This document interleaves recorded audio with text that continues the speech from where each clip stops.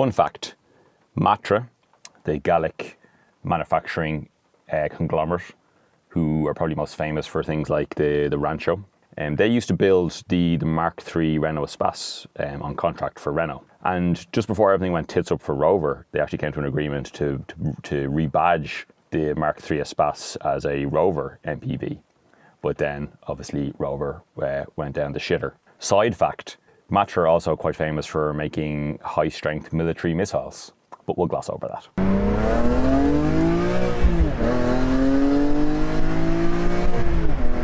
Hello, how are we all? Keeping well, I hope. Good. I believe this is episode 6 of the podcast. I think I said in my last one that was episode 6. But I think this is actually episode 6, but we won't get bogged down with numbers. But yeah, good to be back. This time I'm actually in lying down in the back seat of my Ford Focus. Not like that, you dirty-minded swines. I'm lying in the back because you can fold the rear seats of the Ford Focus completely flat, which was a bit of a revolutionary design for a small hatchback back in 1998. But it means I'm able to, even with my 6'3" frame, I'm able to lie out quite comfortably. And I might actually have to move into the Focus and sleep in it, the way the Irish housing market is. But I won't dwell on that for too long. I can also see my E39 5 Series out the rear window of the Focus because I moved it out onto the road because there was a gentleman who was supposed to come to see it this morning at 11 a.m. and no sign of him. I gave it until midday and I tried calling him and it went straight to his voicemail, which wasn't set up. So I got ghosted, which was upsetting. I felt cheated. Then I got in touch with someone else who inquired about it and he was supposed to get back to me and he hasn't either. So if anyone is looking for a 2000 E39 520i sans water pump, do feel free to get in contact. I will entertain any offers that are reasonable. So what's been going on in the motoring world? Let me think. Actually, did anyone watch the Brits last night? No, I didn't either. But I did see they gave a Global Icon Award to Taylor Swift. Now, don't get me wrong, I'm a big fan of Tay-Tay, but I think we all know over the last 12 months, the person who deserved the Global Icon Award was Gordon Murray. Speaking of Gordon Murray, See that segue? That's how you become a broadcaster, guys. Segues like that. Gordon Murray obviously most recently set up Gordon Murray Automotive. If you don't know who Gordon Murray is, shame on you.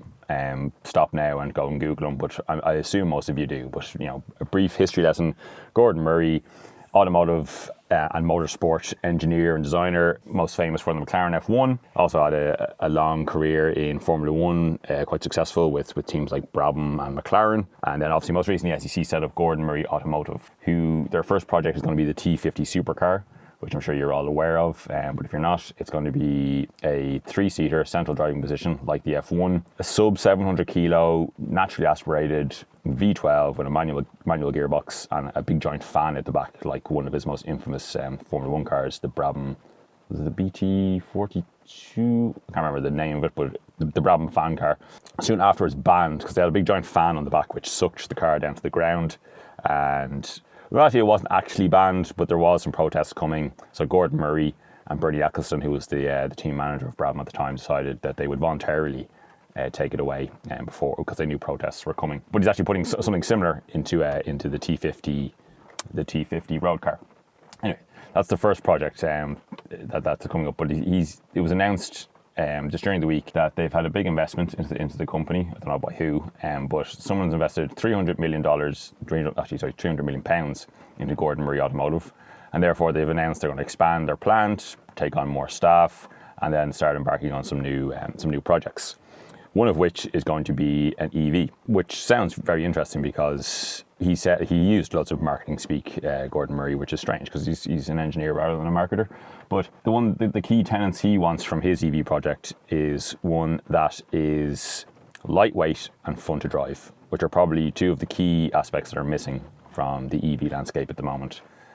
Even stuff like the Lotus Evija, which has 2,000 horsepower, which is too much.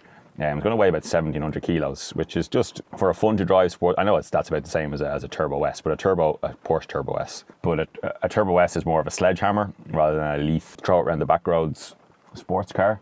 I think that's more what Gordon's aiming for. Now, people have been like, But he's going to go low volume and be bespoke, and it's going to cost loads of money. But I think that's missing the point. Gordon Murray Automotive, when he first launched the company, he did say he's not looking to be a mass producing manufacturer. What he wants to do is develop technologies that he will then farm out to the industry at large. So I'll be interested to see what kind of EV design that Gordon Murray comes up with.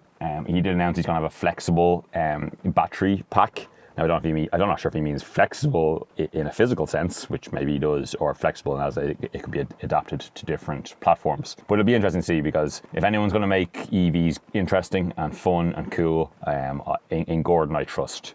Any man who has a penchant for flamboyant shirts and a good moustache is a good man in my books. So yeah, I look forward to seeing what the future of Gordon Murray Automotive is going to bring us, because the T50 supercar is a good start. So onwards and upwards for them. I wish Gordon Murray all the best with those projects. The facelift version of the Tiguan Allspace was launched. Yep. Also from Volkswagen. They showed us some renders of the next Polo GTI. Now, they're just renders, so it's obviously going to be a little bit toned down because of being a render. They put giant wheels on the render and everything's kind of stretched out. Cool, man. So it's going to be obviously a bit tamed back from the pictures that they published. Now, the last generation, I'm not sure if this is going to be a facelifted, because they said there's a new Polo coming generally, but I don't know if it's just a facelift. Anyway, I'm not going to get into those pedantics. It's going to have 200-ish horsepower from a 2-litre. I think it's the EA888 that they use in every single Volkswagen, Audi, Seat, Skoda product. I'm a big fan of the Polo GTI. I had 2 of them. Just some advice for anyone out there who is looking to buy a performance-ish car, or a car that deserves plenty of TLC. Don't buy a performance car and then a couple of months later decide that you're going to go back to college, because I managed to do that twice, both with 6N2 Polo GTIs. While those cars did break my heart, it was entirely my own fault, but I did love them nonetheless. But this one, because of the images they showed us, the renders, the cars in reflex silver, as were my 2 Polo GTIs, which is a great paint scheme. But the biggest thing taken away from the articles I read was that it's going to possibly, now nothing's going to be official, I think, until they officially launched the car in July. I think they said June or July. But rumour has it it's going to come as standard with a manual gearbox, which is great to hear, because the one that just went, the last 2 actually that went before were DSG only. So I think they realised the stuff like the Fiesta ST, the Hyundai i20N are being very well received. Obviously the Fiesta is well appreciated at this point. And they both have manual gearboxes as standard. And I think they realised people who want small, nimble, hot hatches, well, I suppose technically that sub-brand is the warm hatch, but the performance they have now, I'd completely call them hot hatches. People who buy those cars want manual gearboxes, so it's good to see that VW are possibly going to put a manual gearbox into the next Polo GTI, which is brilliant. Porsche unveiled, well, they didn't unveil, but they did show some early prototypes of the Macan EV, which is going to be the next electric vehicle from Porsche, to follow up from the Taycan, which, as far as EVs go so far, seems to be one of the best. It's probably the one that I would buy if I was in the market for an EV. Not that I am, and even if I was, it's definitely out of my budget. Yeah, they kind of, for some reason, it's covered in cladding. It's not a final design. There was 2 of them sent out onto the roads around Zuffenhausen, and it's going to have skinny lights. Well, the prototype has these, the small strip kind of skinny lights like the Taycan. Although one of the prototype mules has like fake drawn-on headlights in the front, and then one of them doesn't. Anyway, I'm getting bogged down on small details here.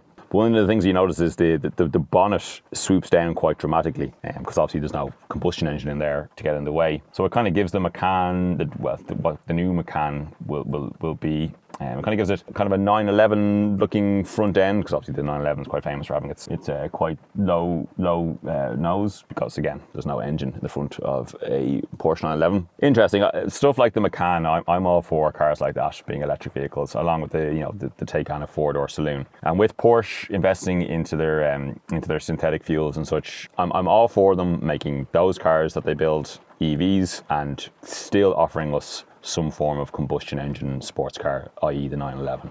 I don't know about the Cayman and the Boxster. There's a lot of rumours that the next version of those are going to be EVs too. But hey, if again, like Gordon Murray, I would have plenty of faith in Porsche pulling off a really, really good electric sports car. Don't get me wrong, I would love for there to be a combustion Cayman and Macan forever, but it's not going to happen. But let's put it that way. But yeah, the EV Macan, yeah, because like apparently I've never driven one, but the current Macan is supposed to be, as far as, I don't know, would you call it, a mini MPV, a crossover? I don't know what was actually, which bracket you put the Macan into, but for a car in that segment, it's supposed to be very good to drive. So if the EV one is as good and it manages to be a zero emissions, no car is zero emissions, including EVs, but they have to make these electric ones. So if they have to make an electric Macan and they can make it fun to drive, all the best to Porsche on that one. Speaking of electric cars, BMW, they're bringing out the i4. I think it's coming out this year, which from the promo videos I've seen of the i4, they've really dialed in, the joy of driving into the i4 saloon car. And actually, I don't hate the way it looks. I think we've gotten used to the big kidney grills.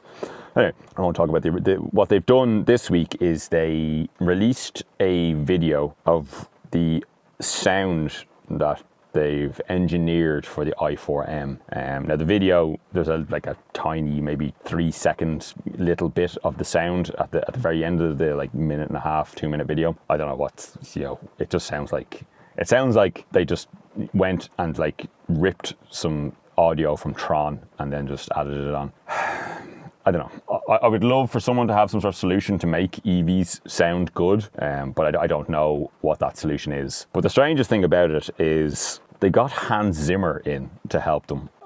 I'm sure you all know who Hans Zimmer is. He's a very prolific composer and has done some great scores for some legendary movies over the years. He's worked with the likes of Christopher Nolan and others. But yeah, just go on to, I think it's on the BMW M YouTube page. Just Google i4M sound and you'll get the video. I won't talk too much about it, but to put it in one sentence, what a pile of wank. I was talking to a good friend. I posted that video up on Twitter, and a good friend of mine, Joe Donnelly, who you might know from Today FM, News Talk, Phantom FM, TX FM, great radio DJ. He's now I'm not sure I'm going to bastardize his official title. He's now the marketing director for Rascal's Brewing and Rascal Beers. Top bloke, brilliant guy.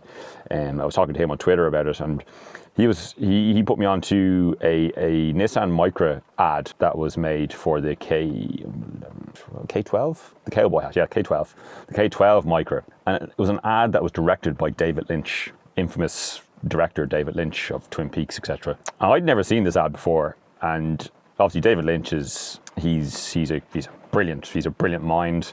When you watch the ad, you have to assume they offered him a large check. He said yes, and then went on to troll them. So basically, I urge you to go and look at it yourself. But just a brief. So it's the K11 Micra driving around this kind of dystopian, nondescript city at night. And then there's this set of floating blue lips that just comes out with these slogans. I'm not going to remember all of them, but one of them was Modro, modern, revolution. And then what was the other one that really caught my eye? Was it something to do with spontaneous? And just go and watch it. He must have taken the paycheck and went, fuck you guys, I'm just going to rip the piss out of you. It's enjoyable though, it's a funny watch. But yeah, David Lynch directing ads for Nissan Micras, that's that really that made my eyebrows go upwards during the week. Back to Porsche. Sorry, I meant to say this when I was talking about the EV Macan. Porsche have announced they're going to do essentially a resto mod program. It's going to be called the Porsche Individualization and Classic Projects. So basically what you can do, if you have enough money, you can go to Porsche with an old Porsche, even order a new Porsche, and basically customize it to your heart's content. In the promo images, for some reason, they used some old Cayennes that have been completely jacked up and really ruggedly off-road-ized, and then kind of painted in pseudo Dakar liveries.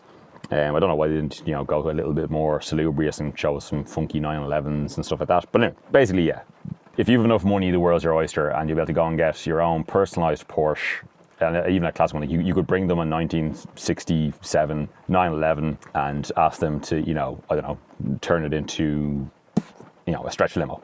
That's just came off the top of my head. Obviously, no one's going to do that, and maybe Porsche would say no because that would be sinful. But you get what I'm going at, which is great because obviously there's plenty of companies out there offering resto mod Porsches, most notably Singer. But to get an OEM resto mod Porsche, well, obviously there's going to be a hell of a lot more cachet along with one of those. So that's like I'm all for that. That'd be great. I look forward to seeing what some of the stuff people will be requesting and will come out. And it's going to be set up in, again, Zuffenhausen, which is where the original Porsche, the Porsche 356 was built back in the day. So it's coming full circle. So I look forward to see what comes out of that project. What else has been going on? Alpine launched obviously last year they brought out the A110S, which was a kind of slightly firmer, I don't want to say track orientated, but a firmer, slightly sportier, with a bit more power version of the Alpine A110. And when people test drove it, the vibe I got was that the power increase is nice, but it kind of one of the great things about the A110 is it has a really nice, a really subtle ride quality, and especially in stuff like Ireland and the UK, it deals with bumpy roads very well. And then the firming up of the chassis kind of took away from that. So if it was almost like they built a version that no one really needed. So anyway, what they've done is you can now get the Alpine Legend, or however they pronounce it. So basically the softer version of the A110, but you can now get it with the S power. So you can get 292 horsepower in a standard, more comfortable version of the A110. And they've also added in some nice upgrades to the interior and options for wheels and paint and blah blah blah. Again, I would love an A110. Shame it doesn't have a manual gearbox, but I still really like the A110. But then also, when it comes to Alpine, one thing that was announced today, I can't remember which day it was, but so all performance Renaults, which we now know as Renault Sport, so the Clio RS, etc., Megane RS, they're all going to be badged as Alpines. So we're going to get an Alpine Megane and an Alpine Clio, which if I bought an A110, I'd feel a little bit hard done by, because it kind of takes away from the exclusivity of the A110 a little bit, I think. And it's like what Seat have done with Cupra. Liquidate, I don't know. I'm sure brains bigger than mine will say there's a marketing justification for making these sub brands, but I don't know, as an outsider it seems stupid. I don't know. Anyway, but look, if Renault are going to keep making performance cars, that's great. It's I'll be happy to see the products keep coming, but I wish they just called them Renaults. But maybe it's because they realize the Alpine brand is a bit kind of narrow. They probably didn't know what they're going to do after the A110. It's not like they're going to come out with a people carrier. So they probably decided, right, what can we do? Oh, we make performance Renaults. Let's call them Alpine as well. Anyway, that could be good. I don't know. We'll see. I won't be too cynical about that one. We'll see what the future holds for Alpine / Renault RS, Renault Sport. And then a car I spoke about, I think either my last podcast or the podcast before that, Squallow, the GTO Engineering Squallow, which is kind of their modern interpretation of a Ferrari 250. They do build to spec 250 short wheelbase GTB Lusos from the ground up, but now they're making their own. They're designing their own V12, and they've said today that it's going to rev out to at least 10,000 RPM, which I know isn't huge news, but God, that sounds fucking fantastic. Any V12, naturally aspirated V12 that screams out that far is a great thing to have in the world, especially in this anodyne EV world we're living in. So yes, best of luck to GTO Engineering and the Squallow. I look forward to seeing the Squallow, the real Squallow, because so far we've only seen renderings of it.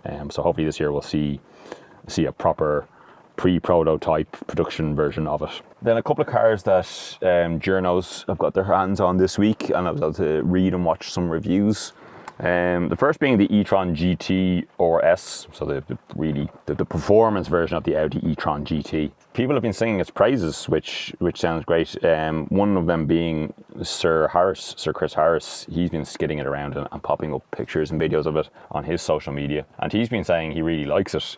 And he's never been a fan really of performance Audis. Obviously, there's some exceptions to that, but he'd often be very critical about the way some performance Audis drove.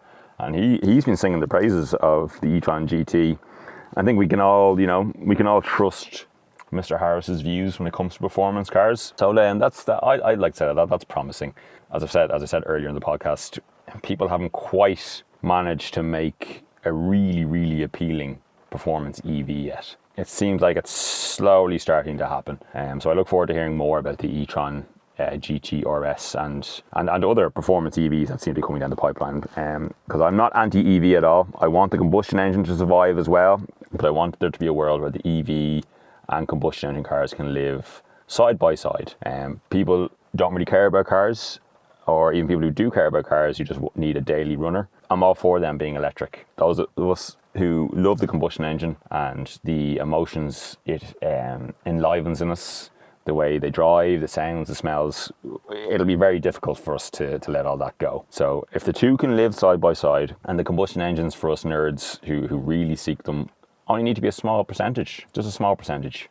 I'm glad to hear the e-tron GT RS is a pleasure to drive, and more of that, please. Yes, please, more of that. And then finally, journalists have got their hands on the Alfa Romeo Giulia GTA M, which, again, if you're not aware of what that is, it's the Alfa Romeo Giulia, but then turned up to not even 11, turned up to 12. They've stripped, I think, 70 kilos out of the weight, added a bit more power and torque, but then completely revised the chassis. It's got a completely different suspension setup, carbon brakes all around, carbon wheels, fuck-off spoiler, and a lot of other additional aero addenda. The main consensus I got from the reports I read and the couple of videos I watched is, yeah, it's brilliant. It's a really playful and enjoyable car. The Giulia itself is obviously well received, and then adding more to it seems to be great. One of the videos I watched was the Evo, which Steve Sutcliffe did, the legend that is Steve Sutcliffe, and he took around the track and they did time the lap. And the quickest four-door they'd had around there, it's around Anglesey. The quickest four-door they had around there previously was the Jag Project 8, which was a Jag XF, again turned up to 15. And then he threw the GTA M around, and I think it was 2 or 3 seconds slower than the Jag around the track. And he said that's because it was traction limited. The GTA M doesn't have a proper mechanical limited slip diff, which seems strange. They threw the kitchen sink at this thing and then didn't put a proper diff into it. Now, I know some people don't like a diff and also don't believe it's completely necessary. Like, look at McLaren. McLaren don't offer proper locking diffs on any of their supercars. But it seems strange. It seems like a lot could be gained from putting a diff into the GTA M. But anyway, they haven't done. Maybe someone in the aftermarket will develop one. I wonder, do they already? Does anyone do one already for the standard Giulia? Because there isn't one in the standard Giulia either. But regardless, anyway, from all the reports I read, it still is an absolutely fantastic car, and we all love the Giulia. I think that's mostly all I really have to talk about. Sorry, I got a bit too stuttery and rambly in this one. Sorry, I wasn't going to make a podcast today, but then the weather was so crap. I thought, well, since I can't go anywhere, I'd use my time to record a podcast. One thing I do want to talk about is pop-up headlights. Buddy of mine, Shane, I won't drop his last name or anything like that. If I mention the car he has, you'll completely understand who he is, and maybe you know him from social media anyway. Shane has a couple of cars. He has an E30 3 Series, and he also has a Peugeot 205. Is it the CTI, the convertible version? He has it's a Japanese import one with a great story. But he most recently picked up himself. Is it the Mazda 323 BG or is it BFBG? It's a 994. It's the one with the pop-up headlights. I met him for a coffee the other day and we had a good look around it. It's such a cool car. It's got a funky, really funky early 90s interior. It's just got that, early 90s Japanese vibe about it. But most importantly, it has pop-up headlights. Actually, it's a 1.6 as well, which they're rare enough, those cars these days as well. But finding a 1.6 with a manual gearbox, I'm not going to say how much he paid for it, but he robbed your man. He robbed your man. He bought it from. How much he paid, that's his business. If he wants to tell you, even if you know who he is, I'm doing my best to keep people's privacy here, because I didn't ask him if I could talk about him on this podcast, but I'm sure you wouldn't mind. But anyway, I'm getting off topic again. So the Mazda has pop-up headlights, and even when you open up the bonnet, you can see the mechanical. You can see the mechanics of the pop-up headlights, and obviously then the action of turning them on. It's just something we miss in modern cars. I'm not sure who decided we can't have pop-up headlights anymore. I'm going to put the blame on the US market. No doubt they said, no, you can't have pop-up headlights. It's a safety concern. And like, pop-up headlights are just better. I'm not saying all cars have to have them, but like cars that should have them should.